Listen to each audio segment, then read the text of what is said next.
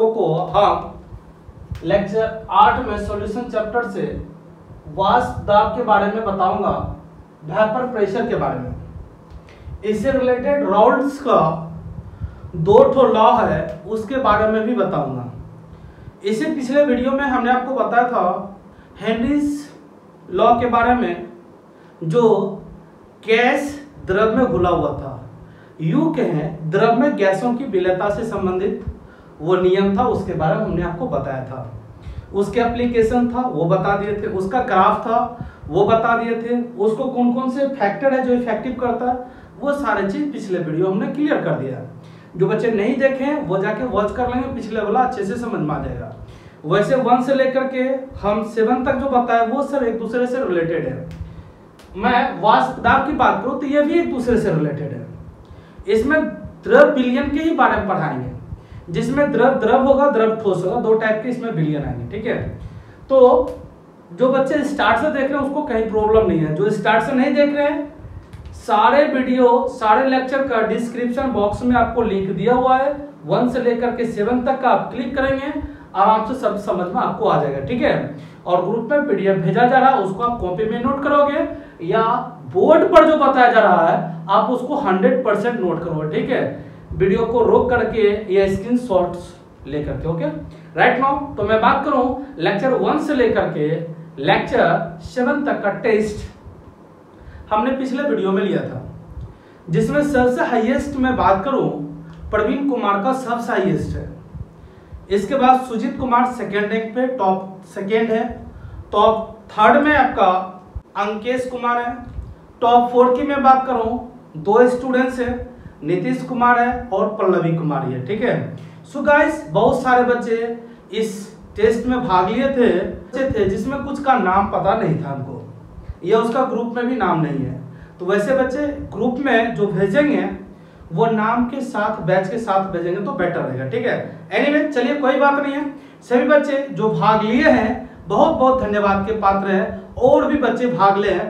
मैं आगे आशा करता हूं और भी बच्चे भाग लेंगे। तो आज जो आपको बताएंगे वेपर प्रेशर के बारे में, इसके बारे में पहले इजीली समझा जाए। वेपर प्रेशर, वाष्प दाब। अब सीधी सी बात है, कोई भी दाब होगा तो उसके द्वारा एक्ट किया गया होगा। तो यहां पर किसके द्वारा होगा? वाष्प के द्वारा जो आरोपित दाब होगा उसको वाष्प दाब बोलेंगे। सीधी सी बात है, ज्यादा इसमें इधर उधर कुछ नहीं करना है।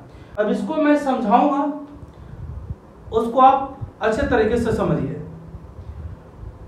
वाष्प बनेगा कैसे उसको समझना है, और ये प्रेशर एक्ट करेगा कैसे उसको समझना है। 2 पॉइंट्स इसमें है।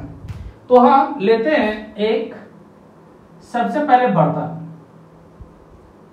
इस बर्तन में लिक्विड के मॉलिक्यूल्स को शो कर रहे हैं। ठीक है, जो क्लियर समझ में आपको आ जाएगा। अब ये किसका लेयर है? ये लिक्विड का लेयर है। ये लिक्विड का सरफेस भी कह सकते हैं इसको। ठीक है, अब ना ये लिक्विड हीट कहीं से लेकर के ये क्या करता है ना कि वेपराइज होना स्टार्ट होता है। हीट कहीं से इसको मिला, जैसे हीट इसको मिला ये क्या करेगा? वेपराइज होना स्टार्ट हो जाएगा, इसका वेपर बनना स्टार्ट हो जाएगा। जैसे वेपर बनना स्टार्ट होगा, ये वाटर या लिक्विड के सरफेस पर प्रेशर एक्ट करेगा। प्रेशर एक्ट करेगा इक्विलिब्रियम स्टेट में, साम्य अवस्था में, तो उसी को हम लोग वाष्प दाब बोलेंगे। राइट, समझ में आ गया होगा? वाष्प कब बनेगा? जब ताप बढ़ाएंगे तो लिक्विड क्या होगा? वेपर बनेगा, और वेपर क्या करेगा?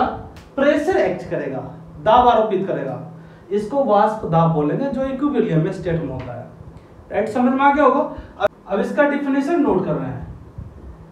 किसी द्रव की सतह पर वाष्प द्वारा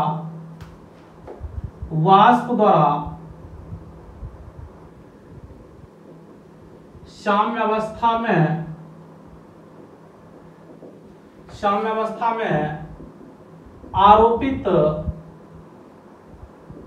आंशिक दाब को वाष्प दाब या संतृप्त वाष्प दाब कहा जाता है। राइट, अब यहां पर इसको क्लियर कर दें। वाष्प दाब, एक हम वर्ड एक्स्ट्रा लेके हैं, संतृप्त वाष्प दाब।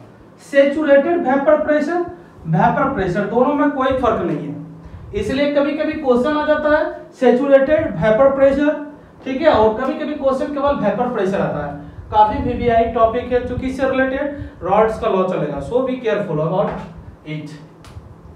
द नेक्स्ट, अब इसको कुछ ऐसे फैक्टर है जो इसको इफेक्टिव करता है, कुछ ऐसे इसके कारक है जो इसको प्रभावित करेगा। जैसे अब यहां पर हम दो तरह के द्रव को लेते हैं, तो दो तरह के द्रव को किसको किसको लेते हैं? एक बर्तन में हम पेट्रोल को लेते हैं, इसमें पेट्रोल को लेते हैं, इसमें हानि लेते हैं, ठीक है। आप लोगों को जवाब देना, केवल दोनों को क्या करते हैं, लेकर के बाहर, घर के बाहर रख देते धूप में। तो दोनों में बताना कौन सा पहले ऐसा लिक्विड होगा जो वेपर बन के उड़ जाएगा। जवाब पेट्रोल होगा, क्योंकि आप जान रहे हो अच्छे तरीके से, लेकिन हानि नहीं होगा। अब दोनों क्यों नहीं होगा इसको समझिए। इसके मॉलिक्यूल्स के बिटवीन जो अट्रैक्शन फोर्स होगा काफी वीक होता है। इसके अणुओं के बीच लगने वाला जो आकर्षण बल होता है वो काफी कमजोर होता है, जिसके कारण कम ताप को भी पाकर के ये वेपराइज हो जाता है। उल्टा इसका हानि होगा, क्या होगा कि इसके मॉलिक्यूल्स के बीच इतना ज्यादा अट्रैक्शन फोर्स होता है कि ये वेपराइज नहीं हो पाता है। समझ में आ गया होगा।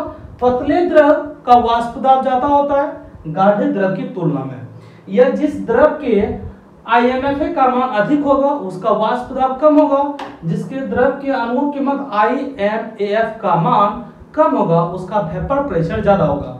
यानी IMAF के ये अपोजिट होते हैं, इसको याद रखना।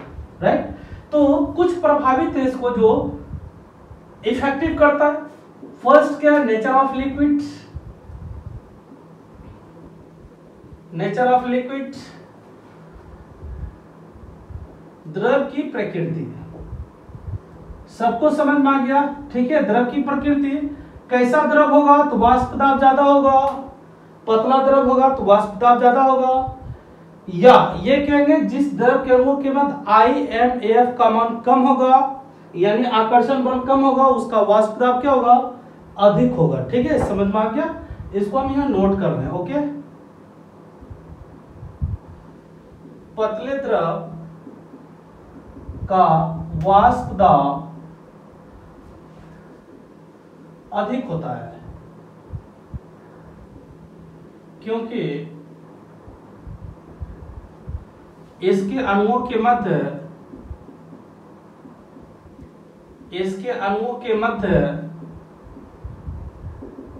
IMAF का मान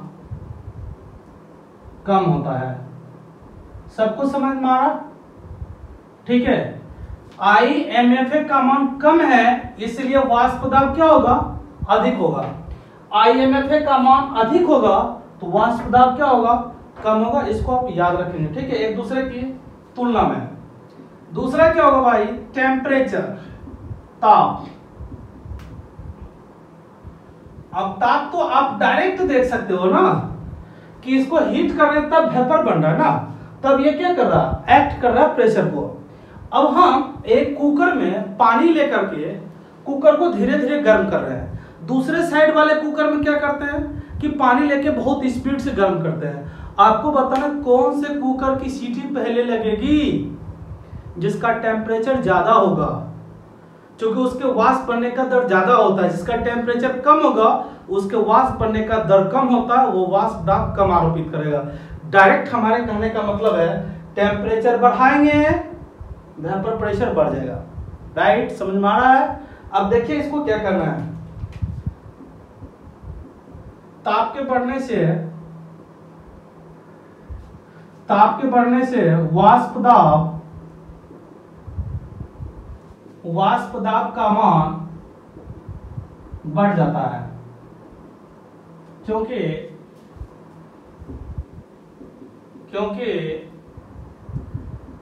वाष्प की गतिज ऊर्जा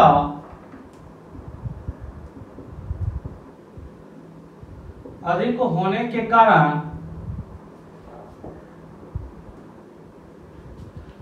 होने के कारण वाष्प द्रव से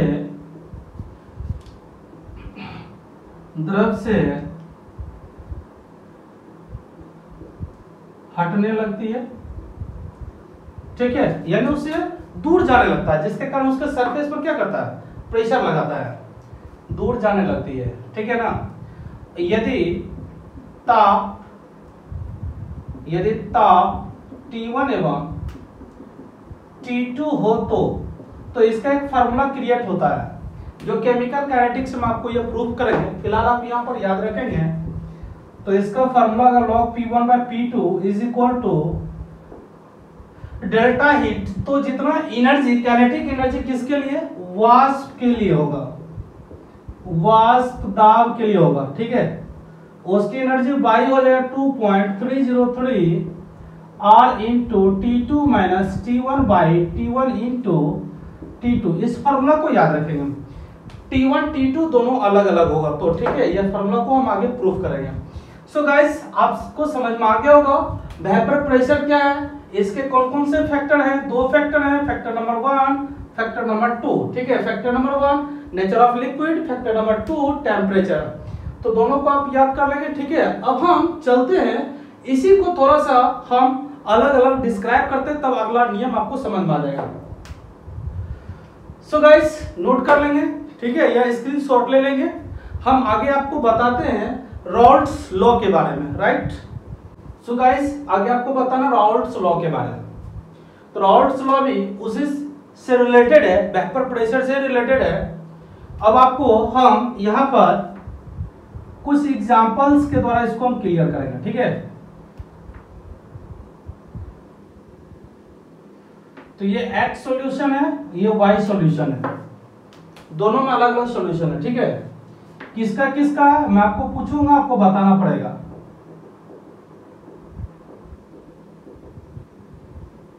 इसमें जल है प्लस नमक है, इसमें जल है प्लस अल्कोहल है, राइट। अब दोनों को हम क्या करेंगे, हीट करेंगे, गर्म करेंगे, दोनों को हीट करेंगे,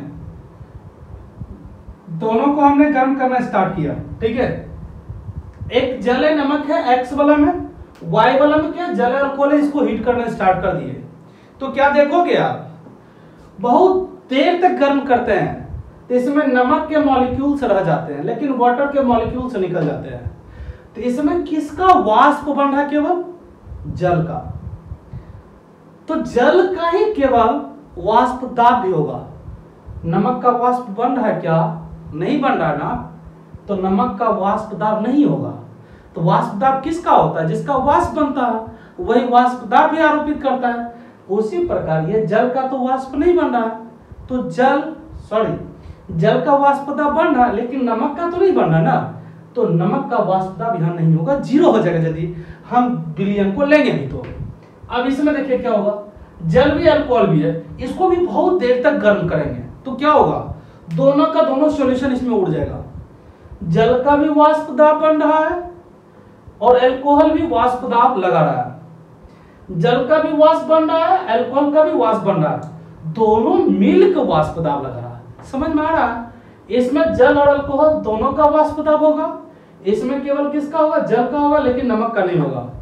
क्यों नहीं होगा भाई मेरे, ये अउरणशील है, ये अउरणशील है, या ये कहेंगे नमक अवाष्पशील है, राइट।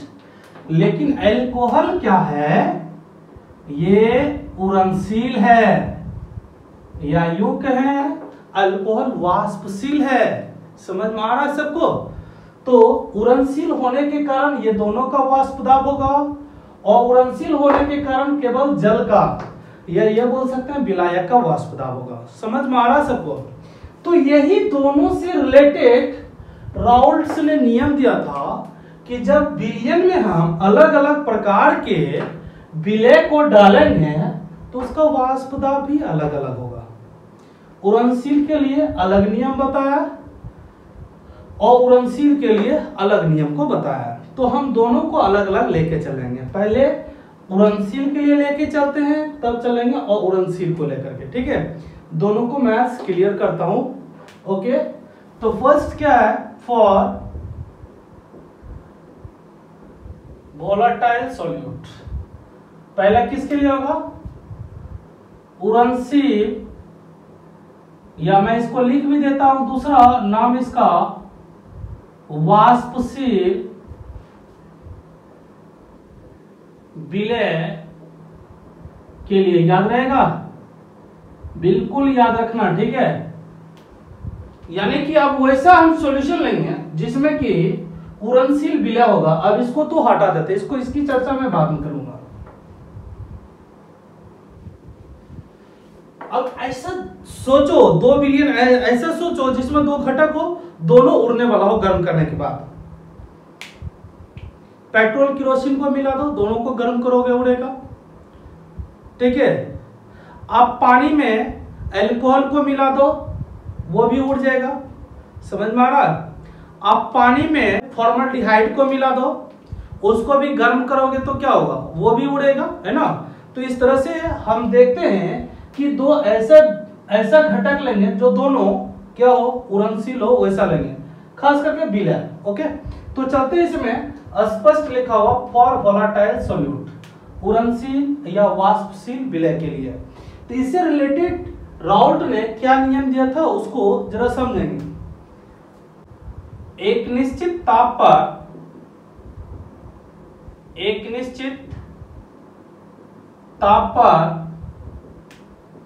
विलयन में एक वाष्पशील का आंशिक दाब, इनिशियल प्रेशर, आंशिक दाब उसके शुद्ध अवस्था का दाब एवं मोल अंश के गुणनफल के समान होता है या यू के बराबर होता है। एक ही बात है। ठीक है, अब देखेंगे विलयन में एक वाष्पशील जो विलय होगा उसका आंशिक दाब इनिशियल प्रेशर जो विलयन में होगा उसके लिए शुद्ध अवस्था का दाब, यानी उसका जो प्योर स्टेट होगा, प्योर फेज में होगा, उसका प्रेशर और उसके मोल फ्रैक्शन, ये दोनों को गुना करेंगे तो इसके इक्वल हो जाएगा। ठीक है, यानी इसको हम और इसको, ये दोनों को मल्टीपल करेंगे तो ये इसके इक्वल हो जाएगा। ठीक है, इसको हम सपोज करके चलते हैं। माना कि विलयन के मुख्य 2 अवयव, इसके 2 फैक्टर होंगे मेनली। कौन कौन होंगे? विलायक ए, सॉल्वेंट ए तथा सॉल्यूट विलय बी है। क्लियर? समझ में आ रहा? यहां पर एक दिया है ना, हम 2 ले लिए हैं, क्योंकि विलायक भी होगा और विलय भी होगा, दोनों वाष्पशील होगा इसमें। तो इसलिए दोनों का आंशिक दाब क्या होगा? पी ए के लिए पी ए तथा बी के लिए क्या लिखोगे? पीबी। सबको समझ में आ रहा? पी ए तथा पीबी कॉमा दोनों के शुद्ध अवस्था का दाब P0 A तथा पी नोट बी है, यहां पर ऊपर नोट किया गया, ठीक है। अब घबराओगे नहीं, और दोनों का मोल अंश क्रमशः क्या क्या होगा, एक्स ए तथा ए के लिए एक्स ए तथा बी के लिए एक्स बी है। तो राउल्ट क्या करा, उसके हिसाब चलेंगे। राउल्ट कह रहा कि वात्स्यिक विलय का आंशिक दाब, इनिशियल प्रेशर, तो ए का इनिशियल प्रेशर ए है, बी का इनिशियल प्रेशर बी है, उसके शुद्ध अवस्था का दाब। अब इसके प्योर स्टेज का देखेंगे प्रेशर क्या, P naught A P naught B, शुद्ध अवस्था का दाब एवं मोल अंश, तो mole fraction X A X B है, ये दोनों का मल्टीपल इसके इक्वल होगा। इसको हम इक्वल करके चलते हैं, तो लिखते हैं आंशिक दाब अवयव का, फैक्टर का, अवयव का आंशिक दाब इज इक्वल टू अवयव के शुद्ध अवस्था का दाब गुना अवयव का मोल अंश। इसको आप याद रखें, यह फॉर्मूला हो गया, राइट। बिल्कुल इजी है। इस फॉर्मूला के आधार पर अब हम ए और बी दोनों को अलग अलग चलते हैं। फॉर ए के लिए क्या होगा, राउल्ट्स लॉ, तो पी ए का आंशिक दाब इज इक्वल टू ए के शुद्ध अवस्था का दाब पी नोट ए लिख सकते हैं, इसका मोल अंश क्या होगा, एक्स ए। समझ में आ रहा है। अब दूसरा किसके लिए चलेंगे, फॉर बी, बी के लिए चलते हैं, विलय के लिए हो गया, विलय के लिए चलेंगे, तो विलय के लिए क्या हो जाएगा, पी बी के लिए चले ना, तो अवयव के रूप में बी लिए हैं, तो पी बी बराबर, अब उस साइड क्या लिखना है, अवयव के स्थान पर फिर बी लेना है, P naught B into X B. देखते हैं यहां पर ए लिए है तो सब ए हो गया, यहां पर बी लिए, टोटल क्या हो गया, बी हो गया। तो ये इक्वेशन फर्स्ट है, ये इक्वेशन क्या है, सेकेंड है। तो सॉल्यूशन में क्या है, इस विलयन में क्या है ना कि ये दोनों का वेपर प्रेशर होगा, ये दोनों का ना वेपर प्रेशर होगा, तो विलयन में दोनों को जोड़ना पड़ेगा, ए के लिए भी जोड़ना पड़ेगा, विलायक के लिए भी, और विलय का, दोनों को जोड़ेंगे तब पता चलेगा किसका, विलयन का वाष्प दाब कितना होगा। तो कैसे निकालेंगे, विलयन के लिए दोनों जोड़ना पड़ेगा हमको, तो लिखेंगे विलयन का कुल वाष्प दाब इज इक्वल टू ए का वाष्प दाब प्लस बी का वाष्प दाब, ठीक है। इसको शॉर्ट वे में बोलेंगे पी ए, इसको शॉर्ट वे में बोलेंगे पी बी। सब दोनों का वैल्यू इक्वेशन फर्स्ट सेकंड में हम लिख सकते हैं। टोटल प्रेशर या प्रेशर ऑफ सॉल्यूशन पीटी या पीएस दोनों इसको लिख सकते हैं, इज इक्वल टू हो जाएगा पी ए प्लस क्या चीज पी बी। अब इसको हम लिख सकते हैं P S is equal to क्या लिख सकते हैं जरा बताएंगे। पी ए का मान देखिए क्या लिखा हुआ, पी नोट ए एक्स ए, ये किसका मान रखे हैं, पी ए बराबर P naught A x A, equation first में दिया गया है। इक्वेशन सेकेंड में क्या दिया हुआ है, इक्वेशन सेकेंड में दिया हुआ है P naught B into X B. अब ये पीबी जो है, पीबी सेकेंड इक्वेशन दिया गया, P naught B into X B, हमने वैल्यू को यहां पुट कर दिया। अब देखते हैं ये दोनों में एक फॉर्मूला आपको पीछे बताए थे, X A plus X B is equal to 1, क्योंकि यहां पर हमेशा याद रखेंगे आपको जो भी चीज निकालना हो वो हमेशा विलय का फाइंड आउट करना है। तो यहाँ पर भी आपको मोल फ्रैक्शन केवल सोल्यूट का निकालना, सॉल्वेंट का नहीं निकालना। सॉल्वेंट के जो टर्म होंगे उसको हटा देना है। तो यहाँ पर हम किसको लेंगे, एक्स बी को। तो जहां पर एक्स है हम यहाँ क्या करते हैं, उस साइड प्लस करते हैं, सॉरी इस साइड प्लस है, उस साइड जाके माइनस हो जाएगा, 1 माइनस एक्स बी। अब चाहो तो एक्स ए का वैल्यू आप हटा सकते हो 1 माइनस एक्स बी रख करके। तो एक्स ए यहाँ पर है, एक्स ए का मान क्या रहा 1 माइनस एक्स बी रख करके आप उसको हटा सकते हो। क्या हो जाएगा, P S is equal to P naught A, bracket यहाँ पर एक्स ए है, एक्स ए के स्थान पर यहाँ पर क्या रखोगे 1 minus X B, 1 minus X B, ये एक्स ए के स्थान पर ये टोटल है, plus P naught B X B. Clear. अब आगे यदि चलेंगे तो ये हो जाएगा P S is equal to, इसको 1 से मल्टीप्लाई करेंगे, P naught A minus P naught A X B से मल्टीप्लाई होगा तो P naught A X B. अब ये क्या है प्लस है P naught B X B. That's clear. यहां तक सबको समझ में आ गया। अब कुछ नहीं है आगे, अब ये आसान रास्ता हो गया, केवल एक्स बी का वैल्यू फाइंड आउट करना, आप कैलकुलेट करके आसानी से निकाल सकते हो, नहीं तो मैं निकाल रहा हूं, आप देखते जाएंगे। ओके, सो इसको यहां पर हम क्लियर करते हैं। यहां पर देखते हैं थोड़ा सा करेंगे क्या, ये जो प्लस, ये इधर प्लस है, इसे हटा के क्या हो जाएगा माइनस हो जाएगा, तो यह हो जाएगा P S minus P A, P naught A, P S minus P naught A, ये प्लस है, इसे हटा के क्या हो गया माइनस। क्लियर।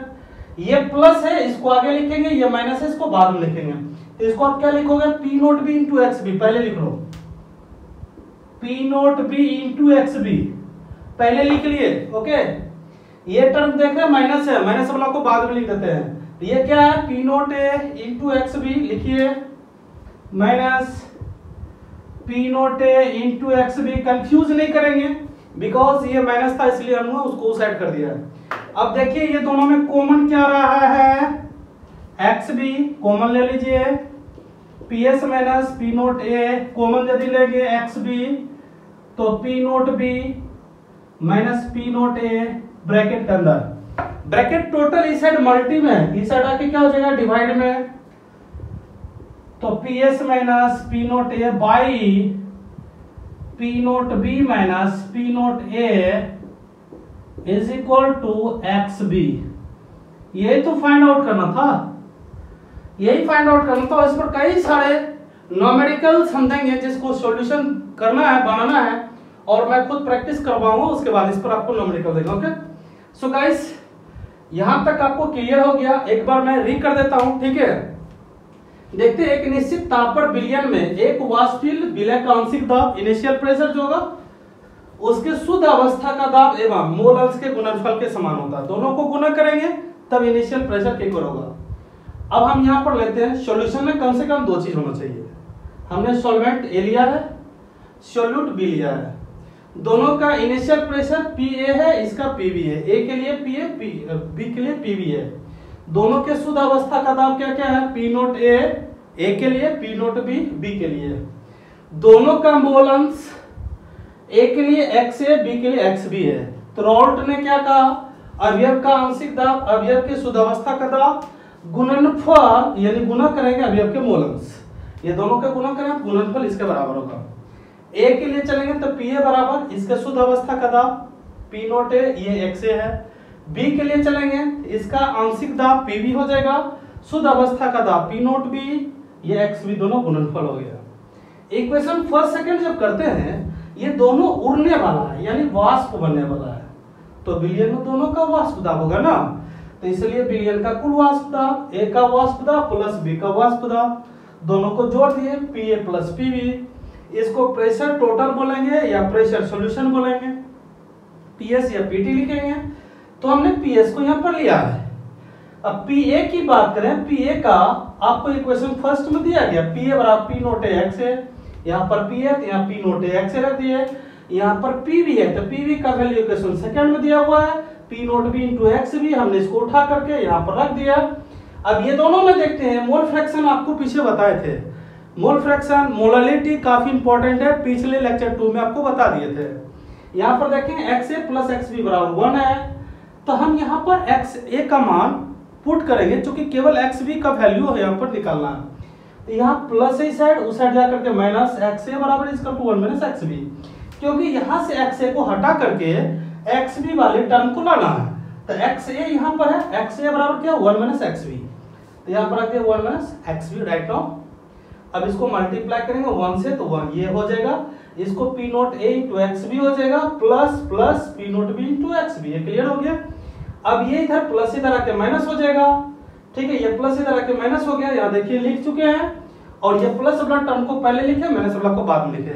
कैलकुलेट करने के x भी बराबर हो जाएगा PS minus P naught A by P naught B minus P naught A। That's all. आप इसका स्क्रीनशॉट ले लेंगे और जो भी दिक्कत होगा आप कमेंट सेक्शन में पूछेंगे, ठीक है। तो हम आगे दूसरा इसका लेकर के चलते हैं, लॉ जो दिया गया, ओके, नोट कर लेंगे इसको। सो गाइस दूसरा चलते हैं आपको नॉन वोलेटाइल के लिए, या उसको हम बोल सकते हैं अउरणशील के लिए। तो अउरणशील के लिए आपको स्टार्ट में ही बोल दिए थे, है ना, कि इसमें हम लिक्विड में सॉलिड को डाल देंगे, ठीक है। जैसे सॉलिड को डालेंगे तो उसका वेपर नहीं बनेगा, वेपर नहीं बनेगा तो उसका प्रेशर भी नहीं बनेगा। हम कह सकते यदि इस विलियन का वेपर प्रेशर निकालेंगे तो केवल और केवल जल का जो वेपर प्रेशर होगा ना वो विलियन के वेपर प्रेशर के इक्वल होगा, याद रखेंगे, क्योंकि नमक का तो वाष्प बनेगा नहीं, ये वाष्प दाब आरोपित करेगा नहीं। तो किसका वाष्प बनना भाई? जल का। लेकिन विलियन में तो दोनों दिया गया है ना, तो आप याद रखेंगे नमक का नहीं बन रहा है, लेकिन विलियन में ये नमक मिला हुआ है। तो विलियन का जो वाष्प दाब होगा केवल जल के वाष्प दाब की क्या होगी? बराबर होगी। इसको याद रखेंगे, ठीक है। तो यहाँ पर हम लिख सकते हैं दूसरा पॉइंट क्या है, अउरणशील या अवाष्पशील विलय के लिए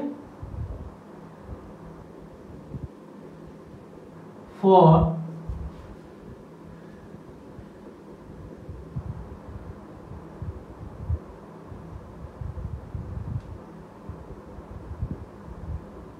non volatile solute, that's clear. अब हम दूसरा इसको लैंग्वेज करते हैं। इसमें करना क्या है, विलियन में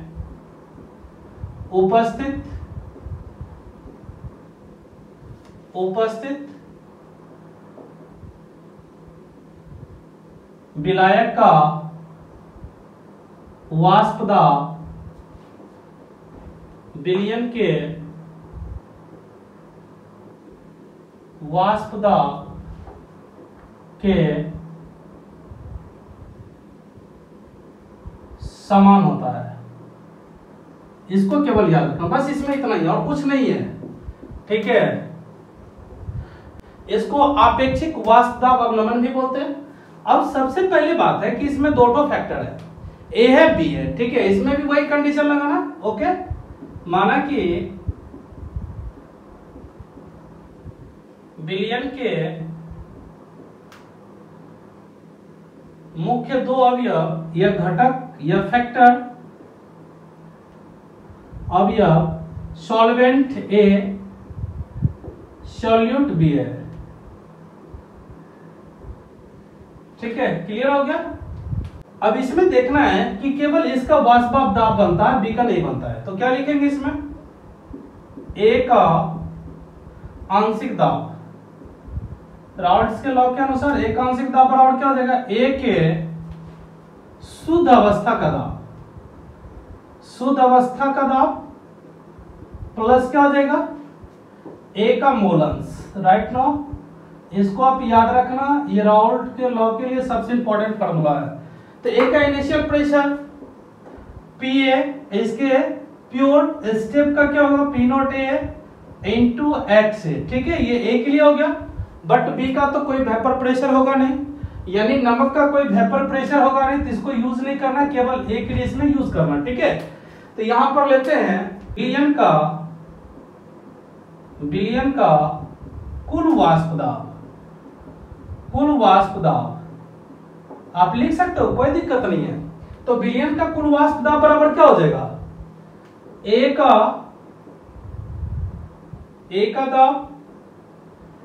का वाष्प दाब प्लस बी का वाष्प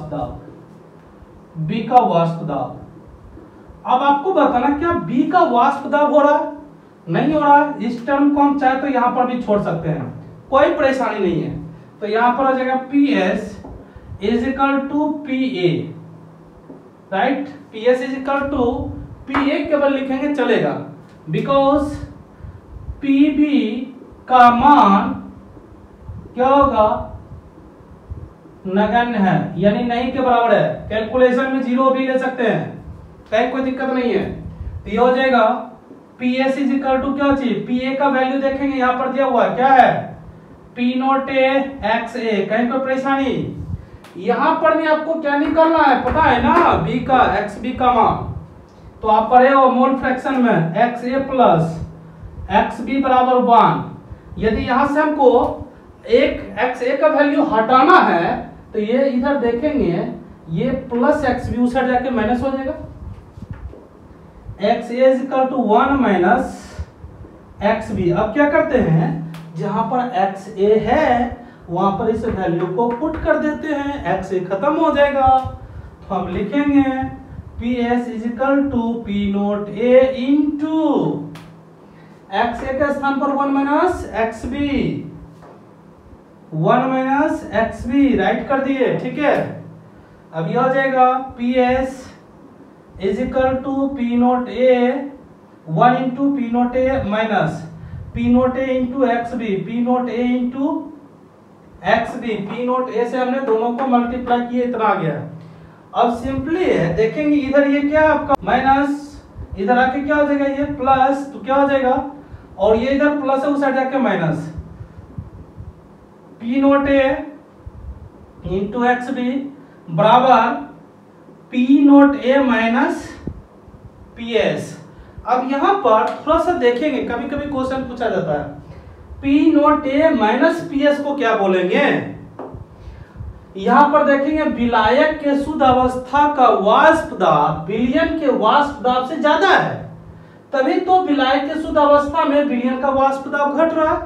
तो यहां पर अवनमन हो रहा है, यानी विलयन के वाष्प दाब में कमी हो रहा है।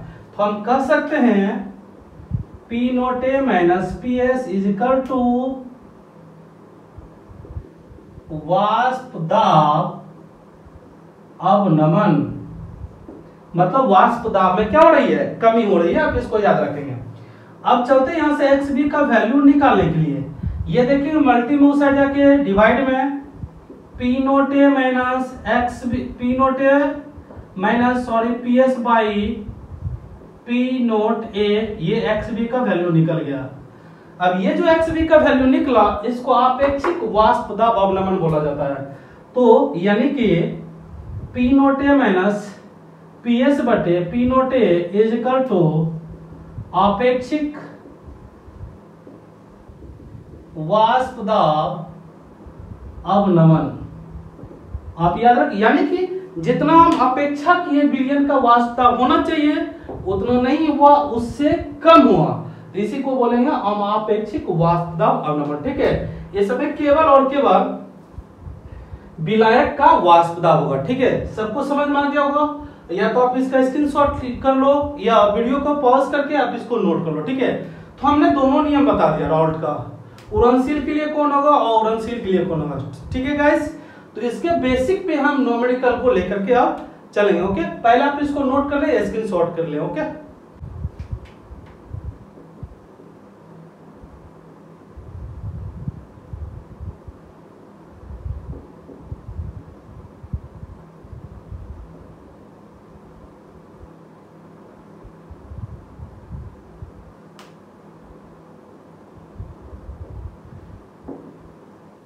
सो गाइस, आप लोगों को अब मिलते हैं हम अगले वीडियो में, जिसमें राउल्ट के लॉ से आपको हम न्यूमेरिकल्स बनवाएंगे।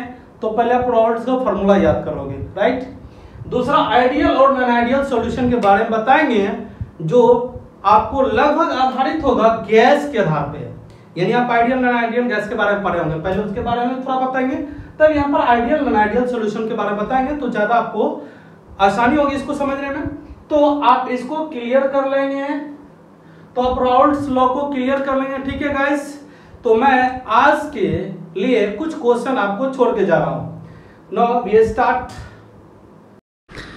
पहला क्वेश्चन है, वाष्प दाब निर्भर करता है ताप पर, आयतन पर, दाब पर या इनमें से कोई नहीं। 4 में से एक ऑप्शन सही है जो आपको बनाने हैं।